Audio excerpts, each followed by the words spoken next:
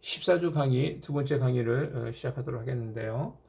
이미 말씀드린 것처럼 선교적에서 필요적으로 이미 변경된 제자도에 관련된 이야기를 함께 나누도록 하겠습니다. 요즘 제자 훈련이 얼마 전까지 굉장히 폭발적인 인기가 있었는데 최근에 무용론이 제기가 되고 있습니다. 제자 훈련으로 성장한 이 대형 교회의 문제점을 어떤 면에서 이렇게 말하는, 꼬집는 그런 것이겠죠. 그래서 제자도가 교회 성장에 맞춰진 전형적 부작용이 아닐 수 없습니다. 제자 훈련을 함으로써 얼마만큼 성장했다 이런 것도 숫자적으로, 수치적으로 이렇게 이야기하는 교회들이 많이 있습니다. 윌라드는 이 제자도를 잃어버린 것은 복음주의 전통이 스승이신 그리스도를 잃어버렸기 때문이다라고 이렇게 이야기를 합니다.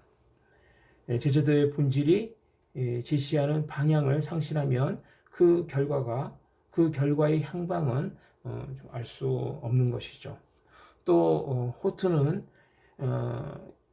이를 마치 기형아적 제자도의 형태로 이야기하면서 스스로 행하는 제자도를 언급을 합니다. 호튼의 지적은 시대 문화 속에서 본질과 상관없는 그 인본주의적 제자도의 위험성을 알리는 말입니다. 예수님은 무리들을 부르시고 또 제자로 훈련시키시고 세상에 보내시는 그런 제자도를 보여주셨습니다.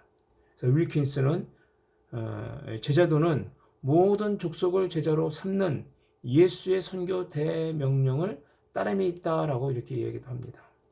예수님의 제자도의 재성찰이 우리가 필요한 것이죠. 이제 그 제자도의 상황적 형태들을 이제 살펴볼 텐데요. 먼저 제도화입니다. 교회의 필요적 제자 훈련 이식입니다. 이것은 제도화된다는 것이죠. 한마디로. 여러분, 이 제도화된다는 것은 생명력을 상실하는 것입니다. 초대 교회의 생명력 상실도 제도화가 문제였습니다. 필요에 의해 본질이 변경될 때 이미 제도화되었다는 것을 말해줍니다. 오카누 목사님의 제자도는 교회에 위임된 사도적 사명에서 출발을 했는데요. 교회의 사도적 사명은 그의 제자 훈련의 핵심 가치인 것입니다. 그래서 제자된 교회의 정체성은 세상으로부터 보내심을 받은 사도적 사명과 삶의 전적인 어떤 그 의탁이 따르는 것입니다. 제자됨의 판단 기준 중 하나는 예수 그리스도께 의탁됨입니다. 예수님에게 의탁하지 않은 사람을 절대로 제자라고 할 수 없다라고 오카노 목사님이 말씀하십니다. 오늘날 예수님께 의탁하지 않은 제자들이 많아지고 있어요. 교회마다 어떻게 보면은 제자도 없는 제자 훈련을 합니다. 예수의 제자가 아닌 다른 제자를 그렇게 만들어내는 것이죠. 한국교회 제자 훈련의 부작용은 의탁이 없는 제자 양산이라고 말할 수 있겠습니다. 제자도의 본질에서 출발한 제자 훈련도 교회의 필요적 수단으로 이미 변경될 수 있는 것입니다. 목적이 수단이 되고 본질이 제도화되면서 생명력을 상실할 수 있는 것입니다. 제자 훈련 받은 사람은 많은데 제자도의 삶을 사는 사람은 제자도의 삶을 사는 제자가 없는 것이죠. 교회도 역시 끊임없이 갱신과 변혁이 필요하듯이 제자도 역시 끊임없이 개혁과 갱신이 필요합니다. 제도화된 제자 훈련을 가리켜서 제자가 없는 제자 훈련입니다. 이렇게 얘기할 수 있겠죠. 이는 제자도에 있어서 오카노 목사님의 그 칼 세미나에서 그 강의로 이렇게 알려져 있는 광인론이죠. 이 광인론의 이 철학이 약화된 데서 기인한 것입니다. 한 생명을 정말 구원하고 또 한 생명을 훈련시켜서 좀 하나님 나라를 이루어가는 한 사람의 어떤 그 제자 훈련에 모든 것을 이렇게 다 거는 이런 어떤 그 광일론의 이 철학이 정말 이렇게 약화된 모습을 보는 거죠. 교회의 목회적 필요에 따라서 제자 훈련의 철학과 목적이 변경되고 있고, 문제는 이 목회자가 목회 사역의 중요 프로그램 정도로 인식하고 적용한다는 겁니다. 한 제자를 만들어내는데 온 힘, 온 모든 것을 다 바치는 것이 아니라 그냥 프로그램을 이렇게 진행하는 것으로 이렇게 인식하고 있다는 거죠. 이는 예수의 제자를 만들겠다는 어떤 광인의 열정이 지교회에서 교회 성장의 수단으로 변경되고 있는 것입니다. 제자도의 본질이 대위임령의 순종과 헌신된 제자로의 변화임을 관가한 것입니다. 그래서 이 제자 훈련은 목회자 개인과 교회를 위한 사역자 양성소의 과정이 절대 아닙니다. 이것은 목회자 자신과 교회의 필요를 채우는 사역 프로그램은 될 수 있지만 주님의 제자도는 될 수 없는 것이죠. 순장을 세우기 위한 어떤 과정으로 이렇게 제자 훈련을 할 수 없는 것이죠.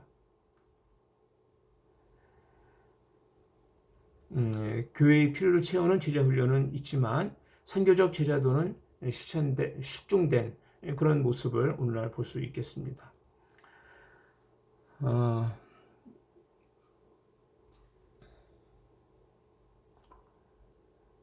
제자란 하나님의 선교적 백성으로 부르심을 받은 자들이요, 예수의 인격과 가르침을 통해 변화된 제자 공동체이자 성령의 역동적 역사를 통해서 형성된 선교적 교회의 사명자들을 의미하는데, 나아가 이 제자도가 추구할 대위임령의 책임은 제자 개인만이 아니라 공동체 또 선교적 교회에게 주어진 사명인 것입니다. 그래서 따라서 교회의 필요에 따라 프로그램화된 제자도의 회복은 바로 선교적 제자도와 대위임령의 회복이 절대적으로 필요한 것입니다. 왜냐하면 목회자가 제자도를 편의적으로 해석하고 또 적용하는 문제가 얼마든지 발생할 수 있기 때문에 그렇습니다. 두 번째는 고착한데요. 목회자의 편향적 제자도 해석입니다. 제자 훈련을 실시하는 목회자는 참 많습니다. 그러나 하나님 나라의 제자도 철학을 소유한 이 목회자는 많지 않습니다. 이는 목회자가 개교의 중심의 제자 훈련을 목회 현장에 적용한다는 의미입니다. 하나님 나라의 이 제자도는 지교의 중심보다 하나님 교회의 차원입니다. 그래서 오카는 목사님은 이 제자도의 본질로서 위탁, 그리고 증인, 또 종, 이 개념을 강조하고 있습니다.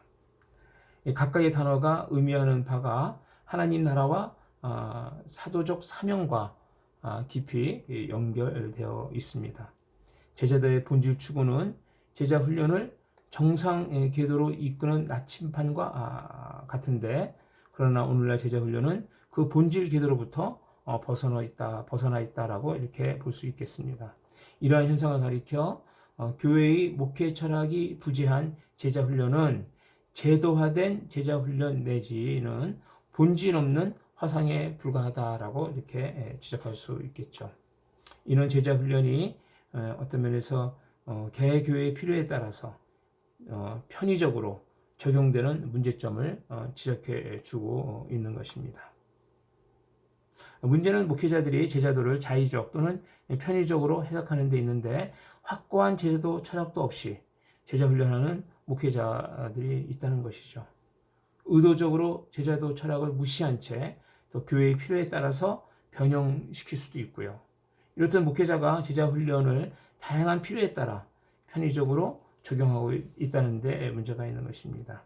제자도에 대한 목회자의 자의적 해석만큼 목회자 편의에 따른 제자 훈련의 실시는 정말 심각한 문제인 겁니다. 오카노 목사님은 제자 훈련을 누가 실시하는가 보다 어떠한 목적으로 하는가 이 질문이 더 중요하다고 이렇게 강조를 하셨습니다. 목회자의 제자 훈련의 철학과 목적은 참 제자도의 실현을 좌우하는 것입니다. 제자 훈련 세미나에서 강조되고 있는 이 교회론, 또 이 제자도는 이 지역 교회에서 목회자가 실시하는 제자 훈련과 어떤 면에서 참 격차가 크다라고 이렇게 볼 수 있겠습니다. 세 번째는 회기라입니다. 제자 훈련의 기납적 커리큘럼의 한계를 들 수 있겠습니다. 제자 훈련은 이 개교회 중심의 제자도로 점점 더 이렇게 축소되어 가고 있고, 그 단적인 예가 신앙이 개인주의화가 되어 가고 있는 제자 훈련입니다. 이 제자 훈련 이 커리큘럼의 또 한계를 지적하지 않을 수 없는데요. 목회자들은 새로운 제자 훈련과 커리큘럼을 요구하는 성도들을 이렇게 인지하고 있습니다. 그래서 이 성도들은 윤리와 도덕성, 또 뭐 사회 의식, 인간관계, 재정 문제 등에 관심이 많죠. 그래서 제자 훈련이 소개되면서 기존의 성역 공부 형식은 어떤 면에서 이게 지각 변동이 일어나는데, 제자 훈련 패러다임과 커리큘럼은 새로운 제자 양육, 훈련의 지평을 열었다 이렇게 볼 수가 있겠습니다. 그래서 성도들이 그 필요로 하는 그 요구하고 있는 그런 것들을 이 제자 훈련의 어떤 그 성경 공부를 통해서 이렇게 참 그 필요를 채워주고 있는 것이다라고 볼 수 있는 거죠. 성도들에게 성도들의 어떤 영적 필요와 제자 훈련의 형식이 맞아 떨어졌다 이렇게 볼 수 있는 것입니다. 그래서 정말 제자 훈련이 커리큘럼이 성도들과 목회자들에게 굉장히 인기가 있었던 것이죠. 오카노 목사님의 저서 평신도를 깨운다라는 이 책이 이 평신도의 가치를 바로 제시하였던 것입니다. 그래서 이 평신도를 하나님의 부르심 받은 제자의 위치로, 또 하나님의 선교의 소명자로 변화를 일으켰습니다. 그러나 이렇게 이 전형적인 제자 훈련도 이게 진리는 아닙니다. 모든 이 시대와 문화의 만병통치약과 같이 목회에 항상 적합한 것 결코 아닙니다. 왜냐하면 변화하는 시대와 문화, 의식과 가치관에 이 제자훈련의 커리큘럼에 한계가 있는 것입니다. 그래서 기존의 제자훈련 커리큘럼의 컨텐츠에 한계가 드러나고 있는데, 중요한 내용을 요약해 보면 먼저 제자도의 본질 반영에 취약한 것이죠. 제도화된 내용들이 성도 개인의 내적 변화에 치우쳐 있어요. 그래서 하나님 나라와 선교, 대위임령과 복음의 공적 제자도와 관련된 핵심 주제들이 빈약합니다. 뭐 사랑의 교회에서 하고 있는, 우리가 일반적으로 오카노 목사님의 이 제자훈련의 이 커리큘럼 내용을 보더라도 1권, 2권, 3권으로 되어 있고, 이제 3권이 어떤 그 적용 부분인데, 세계 선교 마지막 재생산 세계 선교 이 부분이 빠져 있어요. 결론적으로 그 부분이 마지막 부분에 이렇게 있어야 되는데 그게 빠져 있습니다. 그래서 제가 그 사랑의 교회 제자훈련 하시는 그 목사님과 한번 그 전에 대화를 나눈 적이 있었는데, 그래서 얼마 전에 이제 그 제자훈련 2.0이라고 해서 교재가 좀 보충이 됐다라고 이렇게 그런 이야기를 들었습니다.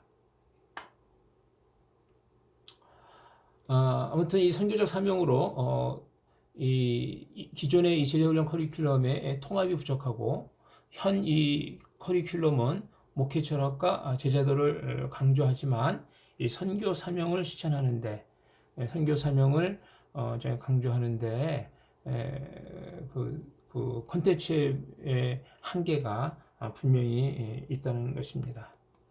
그래서 제자도의 본질 추구는 제자 훈련의 새로운 패러다임과 커리큘럼 변화와 불가분리의 관계가 있다라고 말할 수 있겠습니다. 네 번째는 뭐냐면 인턴합니다. 수료생의 자의적 제자됨의 만족이죠.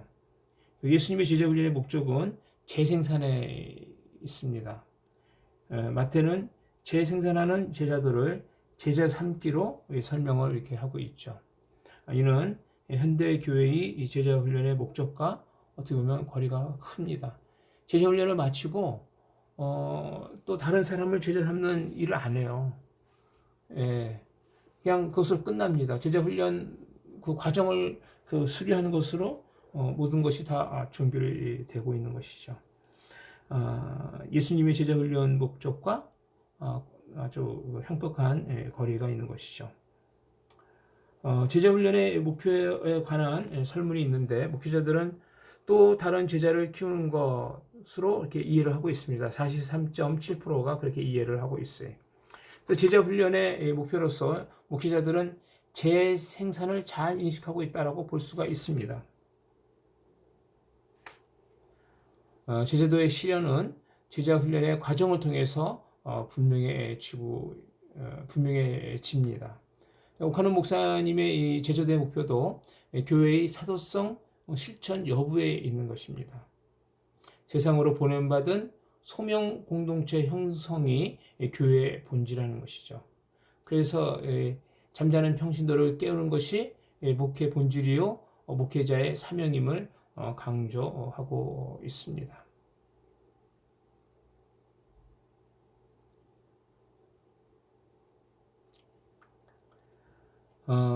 하나님 나라의 완성을 위하여 12제자들에게 미완성된 복음의 과제를 남겨주셨는데 그리고 초대교회에게 대위임령의 실천 과제로서 사도적 사명을 제시해 주고 있는데 대위임령을 실현하는 제자도는 목회 전략을 필요로 하는 것입니다. 제자도의 전략은 참 제자되기와 다시 제자 삼기로 구분할 수 있는 것입니다. 그런데 오늘날 제자 훈련은 어떤 면에서 제자도의 전략과 또 그의 결과물로서 진정한 이 제자와 어떻게 보면 좀 무관하다라고 이렇게 볼 수 있겠습니다. 오히려 개교회의 편향된 제자도, 신앙의 개인주의화, 교회 내 혹은 리더와 순장의 어떤 그 확보, 양적 성장으로 가는 어떤 그 방법으로 이렇게 사용되고 있어서 안타깝죠.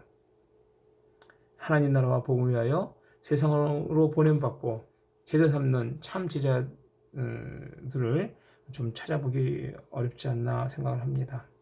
왜 그럴까? 문제 원인이 어디에 있는가? 이 질문에 하나님 나라와 기초한 제자도보다는 개인의 영적 성장과 변화에 치우친 프로그램화된 제자 훈련이 문제의 원인으로 이렇게 생각을 합니다. 그 제자 훈련이 프로그램화 되어 가는 것 심각한 문제가 아닐 수 없습니다. 그래서 이것으로 인해서 참 제자 삶과 세상으로 파송되는 사도적 제자의 삶과 사명까지 연결되지 못하고 있는 것입니다. 자, 이렇게 해서 오늘 우리가 어떤 그 여러 가지 오늘 적용하는 제자도가 적용되고 있는 제자 훈련에 관련된 이야기들을 함께 나누었습니다. 감사드립니다.